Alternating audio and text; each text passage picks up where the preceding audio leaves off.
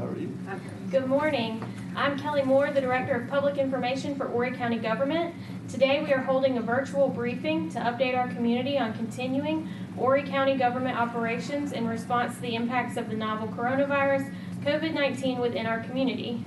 We will have a series of speakers today, including Horry County Council Chairman Johnny Gardner, Horry County Sheriff's Office Sheriff Phillip Thompson, Chief of Police Joe Hill, Chief of Fire Rescue Joseph Tanner, and Assistant County Administrator for Public Safety Randy Webster.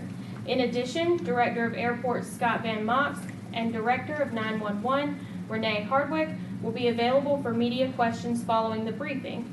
I want to thank our interpreter, Leslie Klepek, for being with us today. We do ask anyone who plans to broadcast this footage to keep her in the frame. Just like a typical press briefing, we will take questions at the end from members of the media. We will take a short break during this briefing to allow time for our media partners to ask questions. Media members are reminded to text your questions to Michaela Moskov in the Public Information Office. At this point, I will turn it over to Horry County Council Chairman Johnny Gardner. Thank you, Kelly. Thank you, Leslie. Thank you, citizens, for tuning in to watch our weekly press briefing. We're glad you're here. We're glad that we were able to do these weekly press briefings. We think they're important so we can get out information to the people that are concerned about it. And it's also a time that we can answer any questions. So you will hear from, I just want to make a few comments, but then you will hear from the experts.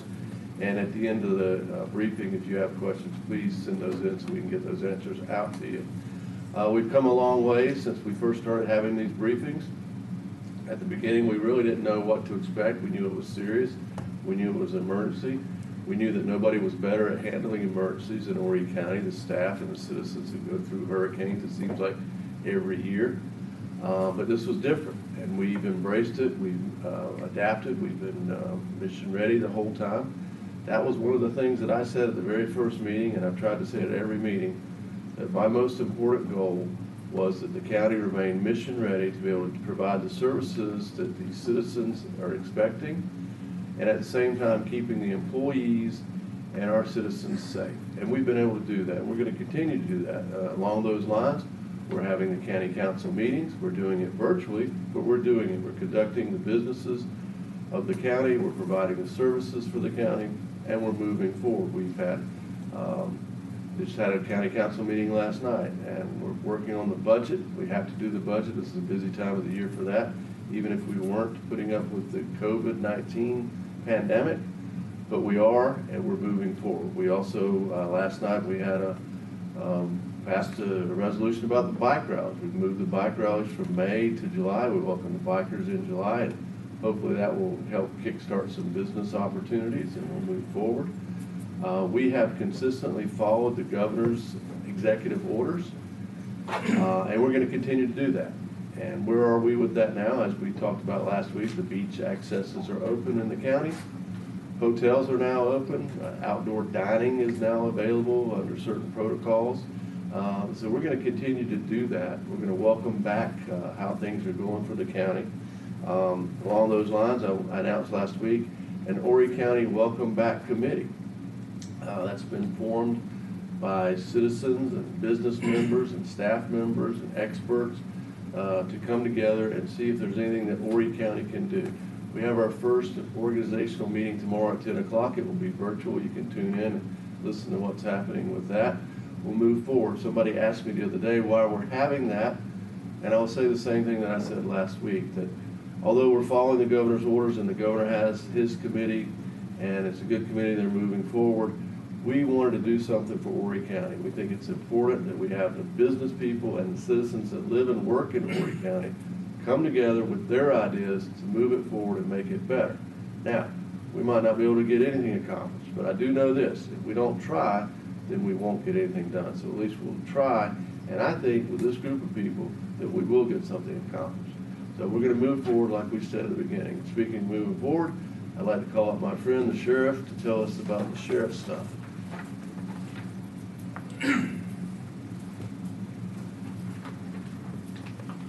Thank you, Mr. Chairman, and good morning, everyone.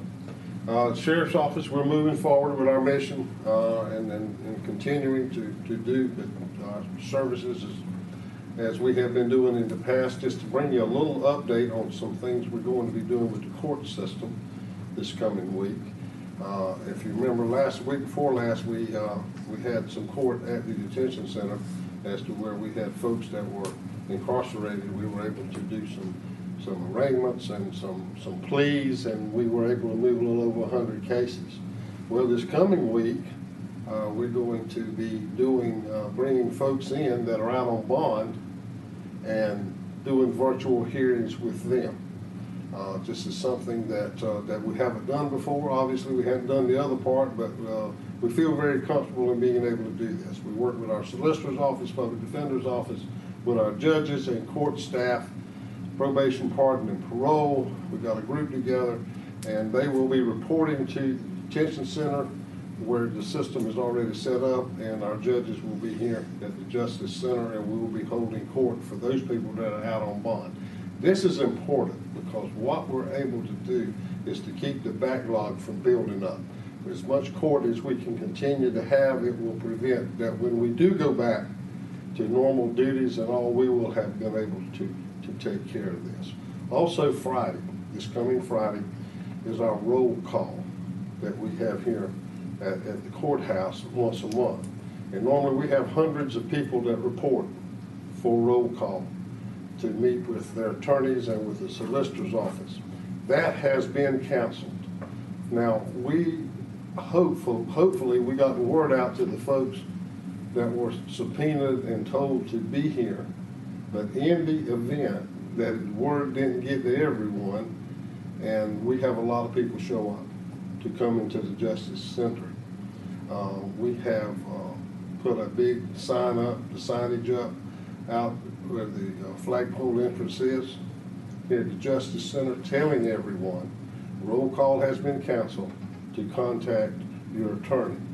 We'll have our staff there. There'll also be some staff members from the solicitor's office to help and to assist so that we don't get a bunch of folks inside the Justice Center with not the staffing and the folks to be able to take care of that. So thanks with Public Works for helping us, to assist us with getting the signage up and to get everything done. Our detention center things are as status quo. We're still running, we're still doing our screenings, we're still doing our testing with taking temperature of employees and personnel coming in, people visiting the detention center. We're still conducting all that. Everything is going good. And this week just happens to be Corrections Officers Week. So if you happen to see one of them, just tell them how much we appreciate them. That's what we've been doing. Hopefully next week we'll be able to fix them a special meal and have it fixed up to where we can serve it to where we aren't violating our distances and everything. So it looks like we're moving on. We're making plans. We're talking about what we're going to be able to do in the future. We're planning in the event we get to go ahead from the governor's office and from our staff here within the county to open up. We're going to be prepared. We're going to be ready to go. Just we ask that since some things has been freed up and we're able to do some things that we haven't been doing, just continue, if you would, to stay conscious of your personal hygiene and conscious of the folks that you're around, because we've said this from the beginning and we say it every time. Together, we can get through this. And we've done a really good job so far of being able to do that. I just want to say let's stay conscious and let's continue to work together and to help each other.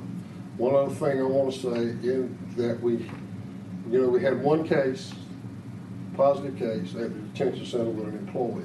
We still do not have any other reported cases, and our folks are folks that were off. Most of them have come back to work. We still got one or two out, but things are going really well out there. I just want you to know we do not have any other cases out there.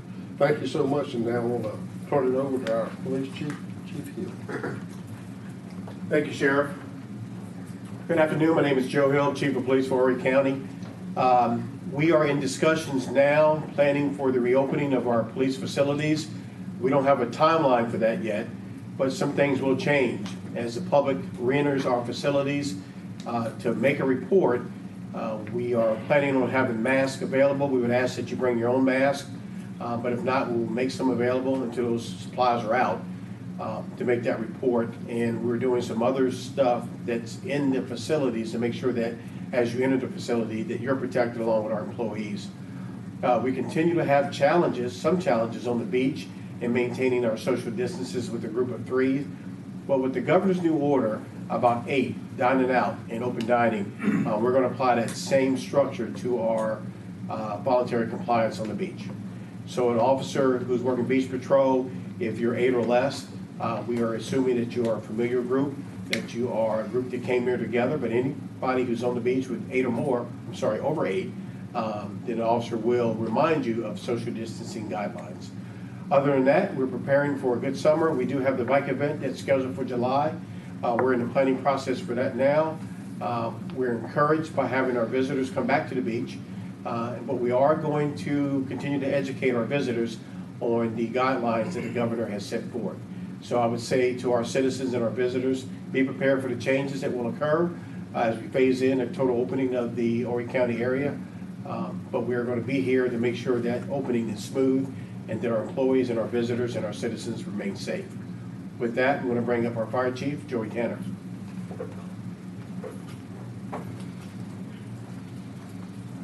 Thank you, Chief Hill. Good morning. The Horry County Fire Rescue continues to respond normally as we have throughout this entire event. We continue our necessary precautions. As we told you before, you'll see our folks dress a little differently when they come to your call here. From a medical call standpoint, we'll continue to sanitize our equipment, our fire stations moving forward. Our supply chain is continuing to be strong. In our meeting this past week, our logistics manager says we are in great shape right now with our supplies, so we continue to move forward with that. Our call volume has begun to increase a little, which is typical for this time of year. However, our potential COVID-19 type calls have kind of stayed steady around 20 calls a day, so in that area. Remembering those are not necessarily positive cases. Those are just those who are symptomatic. But I will tell you, April of 2020 versus April 2019, we showed a 1,000 call decrease in the same time last year. We appreciate your cooperation in working with us and social distancing and keeping your hands clean and checking on each other. So we ask you to continue to check on your neighbors and your family all the time. We appreciate your time. At this time, we're going to take a 2-minute break for you to submit your questions. Thank you very much.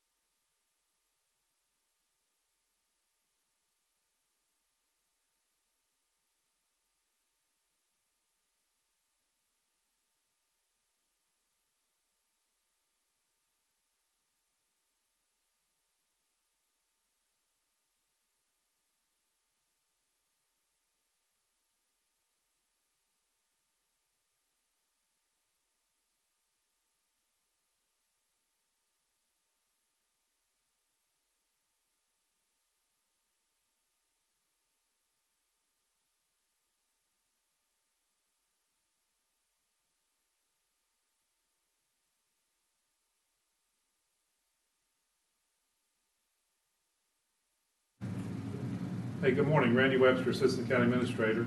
Once again, I just want to take the opportunity on behalf of the administrator and all the senior staff to really thank our employees, doing a great job, marvelous work, and assisting all the folks that need help, and continuing, as the chairman said, about keeping our mission flowing in the proper way. So, once again, thank you, staff, for all you're doing to keep us safe and still provide service and serve as we need to.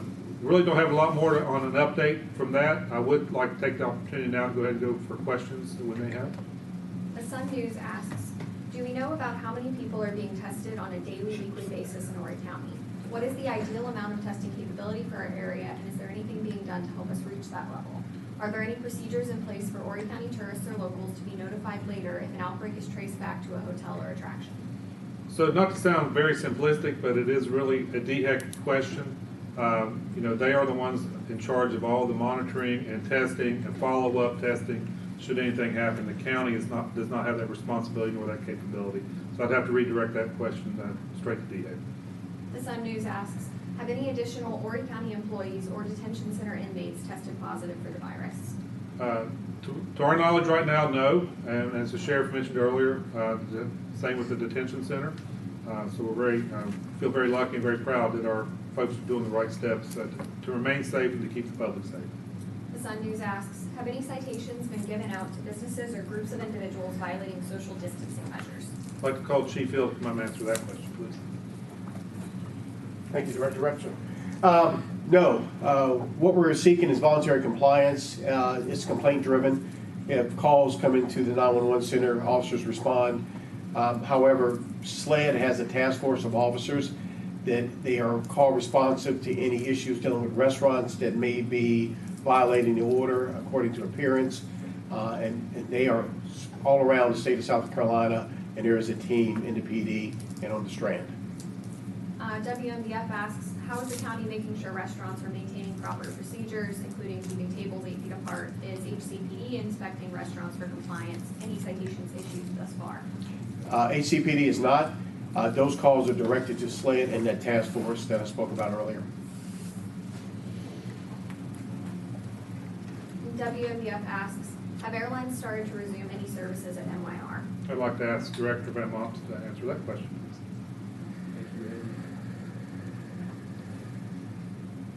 Spirit, Allegiant, Sun Country, and Frontier have all resumed operations this month, providing bookings continue to increase. They will increase their schedule beginning July and further into August and forward. That's all the media questions at this time. All right, thank you all very much, and we really appreciate your continued support. And once again, we thank our employees for doing a great job that they're doing. Thank you.